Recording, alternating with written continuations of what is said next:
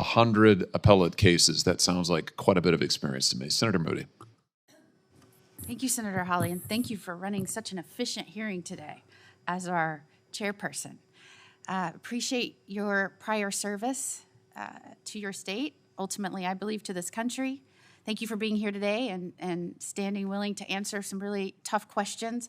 I will note there's been a lot of attention brought to the ABA and whether or not every senator on the Judiciary Committee, or every senator for that matter who will have an ultimate vote, considers or should consider any recommendations. And, if that were important to the ABA, over the many years that people have been pointing out, they are becoming and perceived more and more and more as a partisan group, you would think they would stop doing things like awarding a progressive prosecutor who ultimately said that they would not prosecute laws that they didn't agree with politically and that a governor had to remove from office.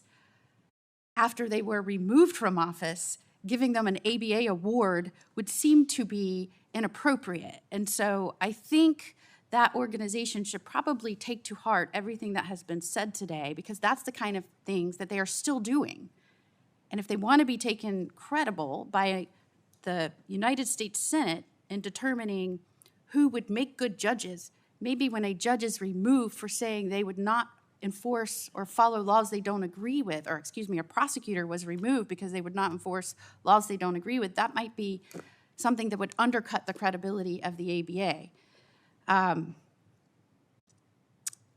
You have gotten questions about your lack of experience in the trial court. Some of that may be related from the fact that you are serving just over a decade as a lawyer, and now you're going on to a very important appellate position. I think you'll be a great appellate judge. I am overwhelmed and really impressed by your background. I wonder if the predecessor in your role had clerked for 3 Supreme Court justices at the time that they were nominated. I doubt it. I was a young judge when I became a judge. I served over a decade before I became the Attorney General and now a United States Senator. To some extent, I think that can bring a quality and a certain tenacity to move cases and a docket and deliver expediency in the judicial system for the American people that is much needed. In your opinion, how important is efficiency of a docket to being a good judge? So as a party who's often seeking relief from courts, efficiency of the docket goes to the heart of the fairness and integrity of our judicial system, because everyone's heard the saying, justice delayed is justice denied. And I do think that is where my recent years of practice and the pace, again, I mean, there have been weeks when there was a day I filed a Supreme Court brief and a district court brief on summary judgment the same day in the same case. That's how fast our cases move. And the volume of that and the pace of that is something that I think would suit me well to do my best to hit the ground running and contribute to my colleagues to the best of my abilities.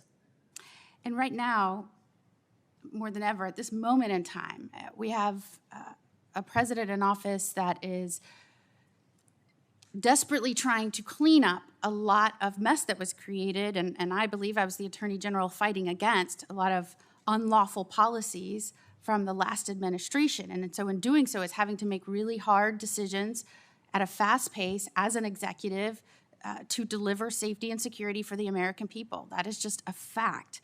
And what we are seeing now every day are nationwide injunctions, another stay, another order that is in some way stymieing this executive from doing its job. And that is causing a lot of concern from the American public who wants to just feel safe and have some sort of order and stability in this country again. Whoever becomes a judge, an appellate judge, or even a district court judge is going to have very critical matters and issues come before them dealing with separation of powers. And it is so important that we have judges that understand the importance of that and can rule on it quickly so that an executive's hands aren't tied for 4 years and they can't do what they have promised to do for the American people when it is within the law to do so. In your experience, what have you done to fight for the separation of powers. We're more and more evolving into what feels like a separation of parties, which is undermining the stability of this constitutional form of government instead of a separation of powers. And what are cases that you could highlight for this committee where, as an attorney, you fought for the respect of separation of powers? So I've litigated dozens of cases involving the attempt by the federal government to, through rulemaking, for example, impose a rule onto states and onto state citizens that did not ever go through Congress. That includes the Title IX case.